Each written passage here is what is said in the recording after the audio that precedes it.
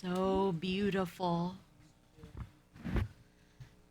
Now we need to take that song into our time of meditation. So I invite you, if you're comfortable, to get things out of your lap and firmly get those feet on the ground so that you're grounded and centered in Mother Earth energy. Close your eyes if you're comfortable, and we'll take some deep breaths together, breathing in and breathing out. And breathe in like to a count of 4. Breathe out to like a count of 6 or 8. This sends a signal to your brain that now is the time to be still and know the truth of our being. In the quiet, in the breath, we let the breath of God breathe us into this quiet space. Feel that presence and that power that you are right here and right now in the breath. Breathing in and centering and letting go. No place to be, nothing to do. Allow the chair just to support you as you relax those shoulders off of your earlobes. Feel your body becoming relaxed. Letting that breath breathe you slowly into peace, into calm.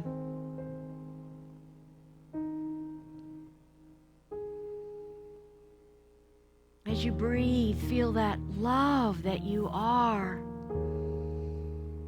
in your heart space expanding. This morning we take a brief journey in our imaginations. I invite you to pick that place, that sacred place that you love to go, that makes you feel so comfortable and at ease, whether you're in a forest or out in a meadow or at the beach or in a sacred garden, wherever it is that you go to be still and know God in you.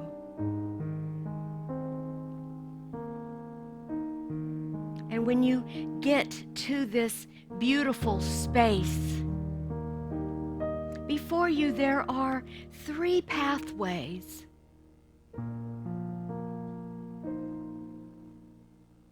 You're not sure exactly which one, but you pay attention to that one that feels good, that is calling to you, that you feel some heart resonance with, that you're sort of curious about. Pick one now and begin walking down your chosen path. And as you walk along, you come to a mighty door. This door, let your imagination go wild. Whatever it's made out of, how big it is, how beautiful it is, it's calling to you, and you go to this door and you open it and you walk in, and you're in a magnificent space. And there on the left of you is this beautiful bookcase. It's filled with these wonderfully beautiful blue and gold books. And you're curious. So you pick one of these books off of the shelf and you randomly open it to a page. And there are words on this page, words that are only for you. Words that will guide you. I invite you to pay attention to what these words are in a moment of silence. Take in these words now.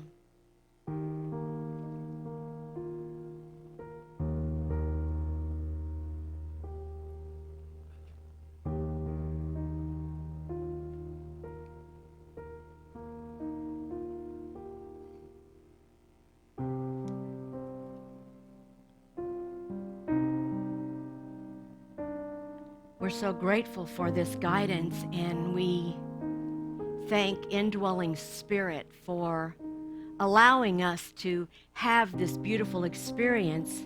Our hearts are filled with gratitude as we step back through the door, down our chosen pathway, right back into this space, this now present moment, this perfect time and space. And our hearts are filled with gratitude for this tiny little journey we took in our imaginations to know the truth of us, to feel the presence and the power of God in this moment. We say thank you, sweet Spirit, for guiding and directing us. And we become fully present here now. And whenever you're ready, just open those beautiful eyes.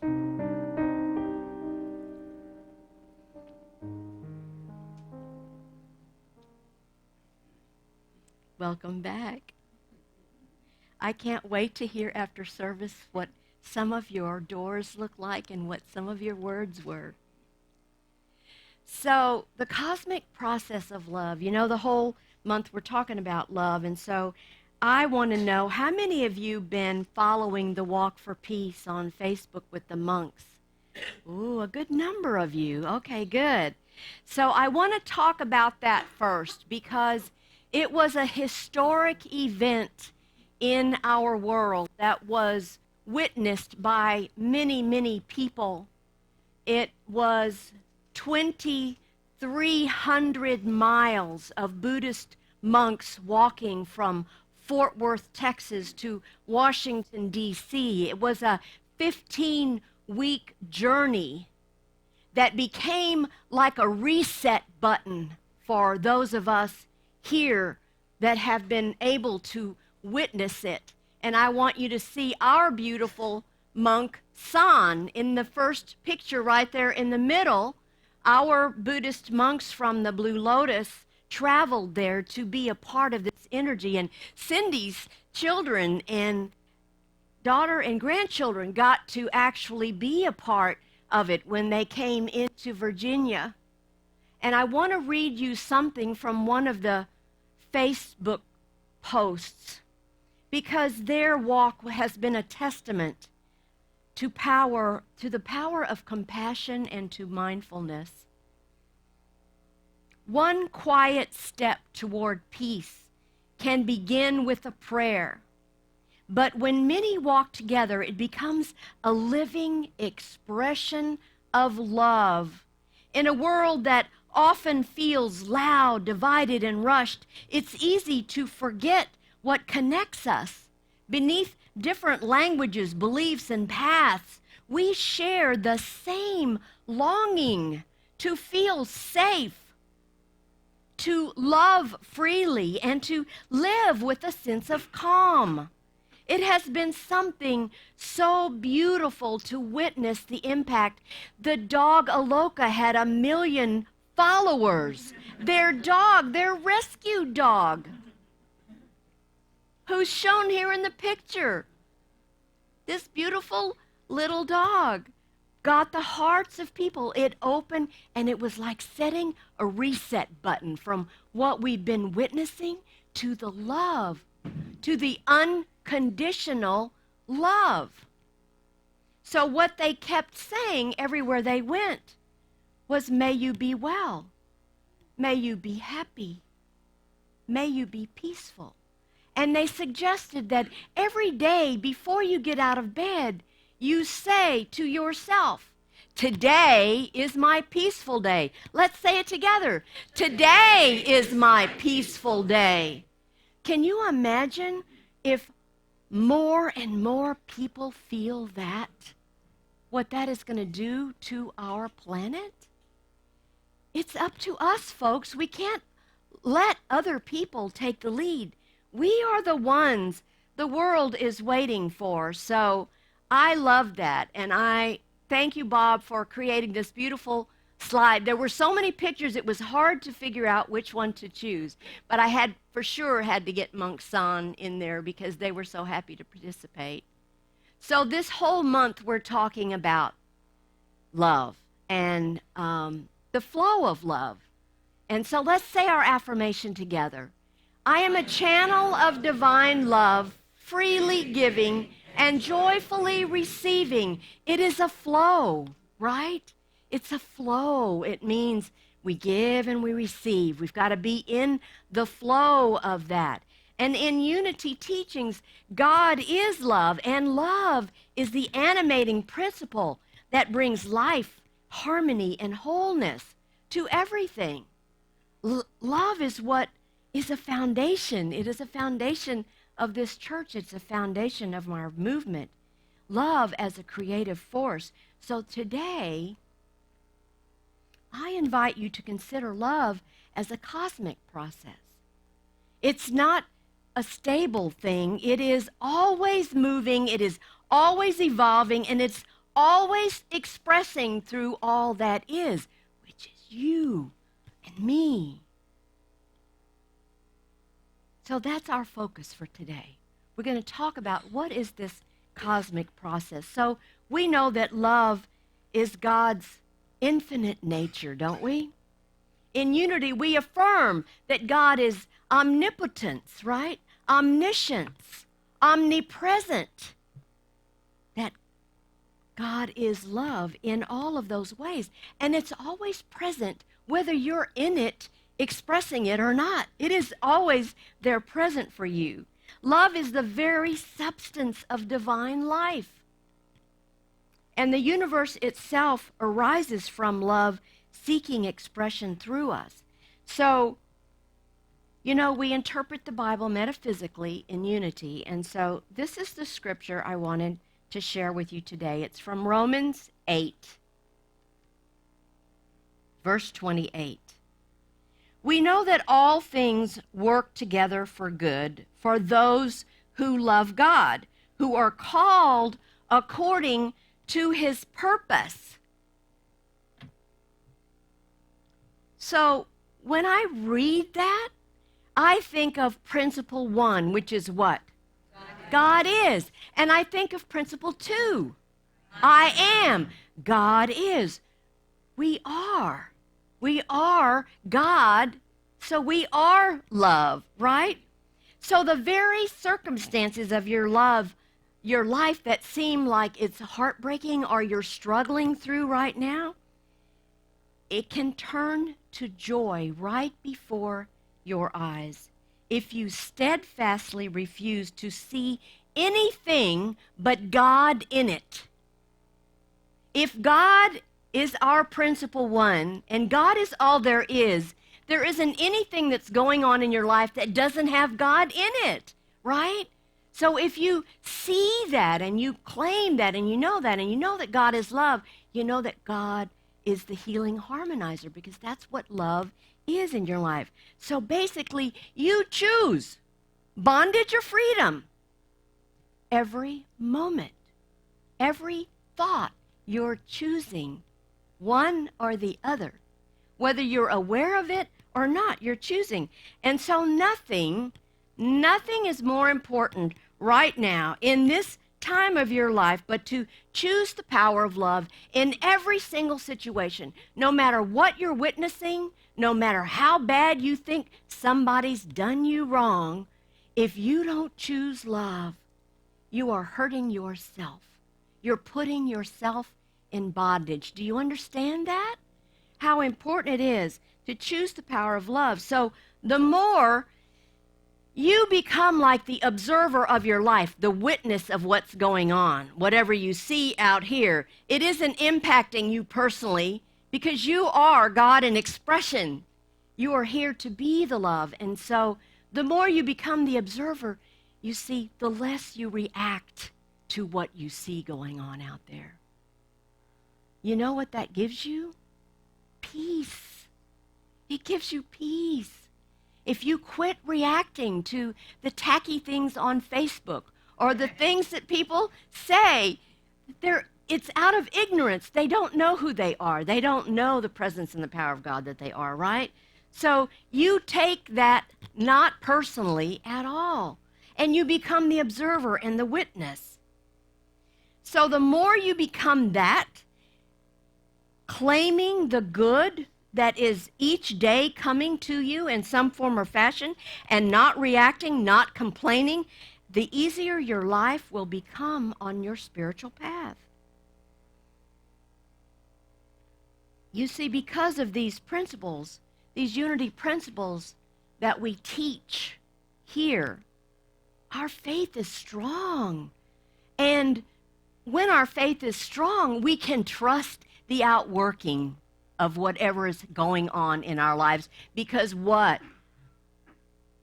Everything's in divine order anyway. It's all unfolding for your highest and best, whether you know it or not. So you choose the path, as we did in meditation. You choose your path of your highest resonance, that one that is calling to your heart, and you cannot go wrong. You become the love that you came here to be. So I want to tell you, I was so happy this week. We had 21 people on Wednesday in our book club. We are studying the mystic Jesus, right? The Mind of Love, and it's Marianne Williamson's latest book. And we're having some great discussions. And I want to tell you in there, this is one of the things, she says many things, but the mystic Jesus is a bridge of perception between who we are when we are lost in ego, which we do on a regular basis, right? And who we are when we are at home in God. When we're being the spiritual aligned with our Christed beingness person, being the love we came here to be, then we can feel it. We know it. So this is what she says. If you were able to drop your fear, anxiety, judgments, addictions, armor, defensiveness, victimization, there would be only one thing left, the real you, and that is the Christ within. Oh my God, we can go home now. Isn't that the message? We came here to be these Christed beings. So love is in motion, and it's part of our creative process. Love unfolds through this spiritual process that we call the creative process, because we are expressions of God. We have to express God through us. We can't help it. So the first thing that happens is love conceives. Love conceives. Divine ideas are born in us in universal mind. And because we're part of God mind, we receive ideas. And then what happens is love has to express. You get a divine idea, and then you have to take it forward. So ideas take form in thought, in word, in actions, and things that we do, and then we express it. And then when we do that, love multiplies. It can't help but that. So what we give expands and returns to us. It's that flow that we're talking about, the flow of divine love. You give and you receive. It's creation. You are creating all the time, whether you're aware of it or not.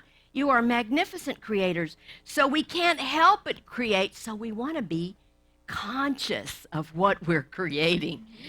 We don't want to let our subconscious bring up all kinds of trash from the past and create from that energy. We want to create deliberately from the good that we are, the good that we know is ours. So love, as our true nature, creates from our image and likeness of God that we are. And therefore, that's our spiritual identity. But if we live from fear, if we live from separation, if we live in judgment, we step out of that magnificent alignment with the cosmic flow that is already ours. Because what? We get stuck in a story. We're telling ourselves about things that could have gone better, should have happened this way. So sad about this, that, and the other. Blah, blah, blah. It's in the past. It has nothing to do with this now present moment, does it? Isn't everything perfect right here, right now? Oh my God, yes it is. Yes it is. So Eric Butterworth has this wonderful chapter about love in his book Practical Metaphysics, and he says, when you give way to love, when you allow the cosmic flow to come forth within you, then you are synchronized with this tremendous, transcendent process, and you enter the dimension of divine completion, the totalization that only love can experience in you. I want to tell you, I'm in this Monday night group with some women, and we were doing a meditation. We actually did the meditation similar to what I led you through today, where we got to the books, the bookcase. I opened my book, and the words, "Thy kingdom come," right out of the Lord's Prayer, knocked me out. I'm just telling you, because metaphysically, this means it is our destiny to bring more God ideas into manifestation. There is a true place for each and every one of us to bring the kingdom of God into manifestation that only you can do. You, and only you, can do this purpose that God has for you. The art of life is to live in the present moment and to make it as perfect as we can by realizing that we are the instruments and the expression of God now, not tomorrow, certainly not yesterday, but now and moving forward. We are those expressions. I felt like when I got those words, I felt like it was confirmation that we're on the right path, that I had chosen the right path when I got to my door and opened my door and got my book and got my words. I was like, oh my God, thank you. It was like, yes, yes. So how does love transform consciousness then? Because love is the power that heals, it transforms, it forgives, it reconciles, and it restores. There's nothing that enough love cannot heal. Nothing. That's how powerful it is. Jesus demonstrated this mastery for us so beautifully, this whole mastery of the cosmic process of love, through compassion and through inclusion and through unconditional acceptance. Don't we want to be more of that? Don't you want to be more like the monks? Totally accepting. In unity, we see Jesus as our way shower, the one who showed us how we can do the work. We already have the blueprint. He gave us the blueprint. It's in the New Testament. All the teachings of Jesus are there. We have all the tools we need right at our fingertips because Jesus revealed what is possible when we allow love to lead.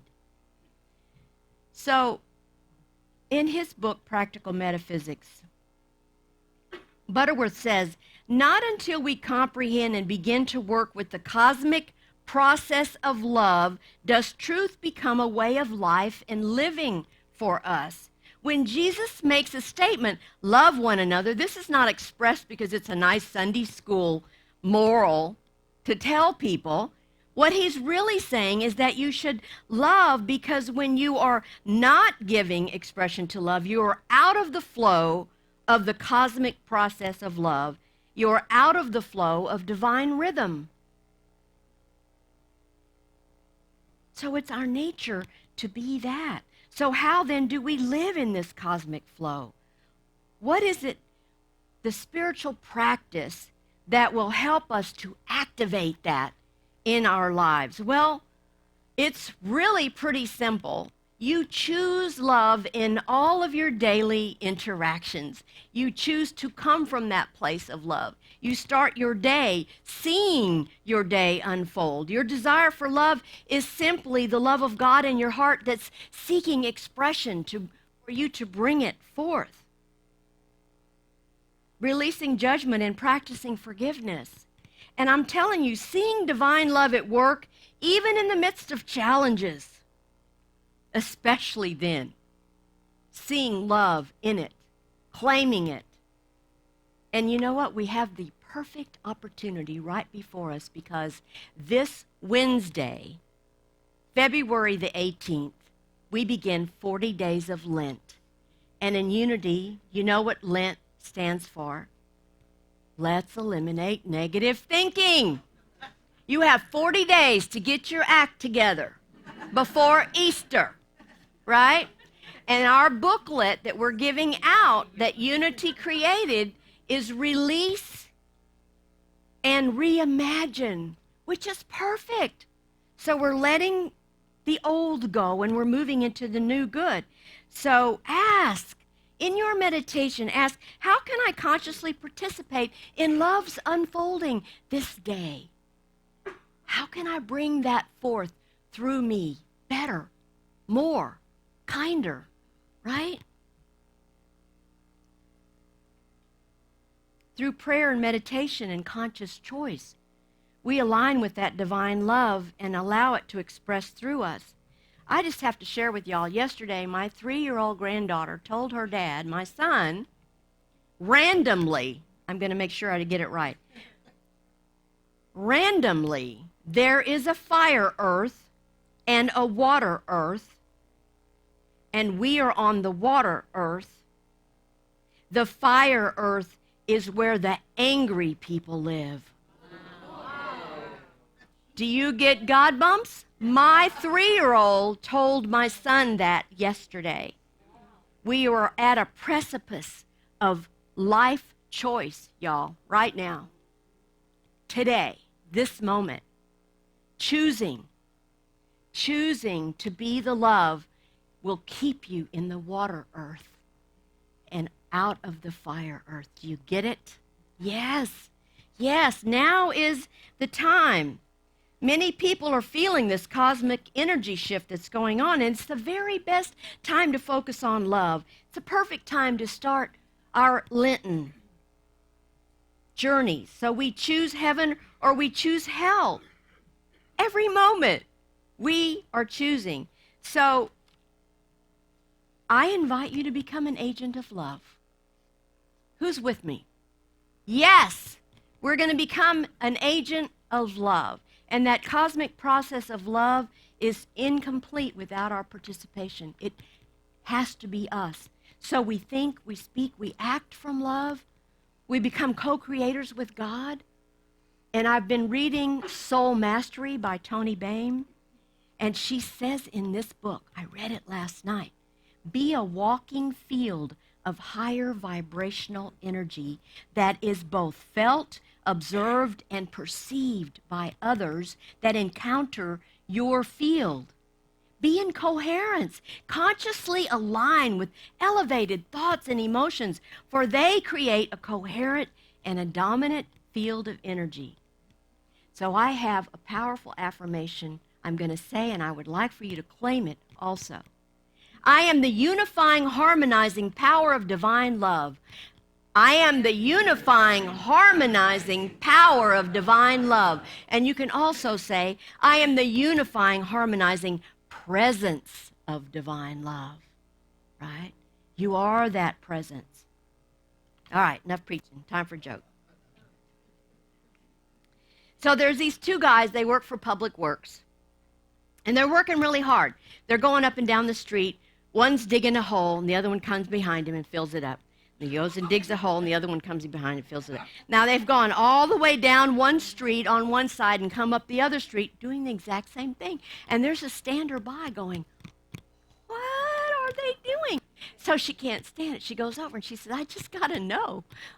Why are you guys, you've been working, I've been watching you, you've been working so hard, what are you doing? And they said, well, you know, I'll just have to tell you, we're usually a team of 3, but the guy who plants the trees called in sick.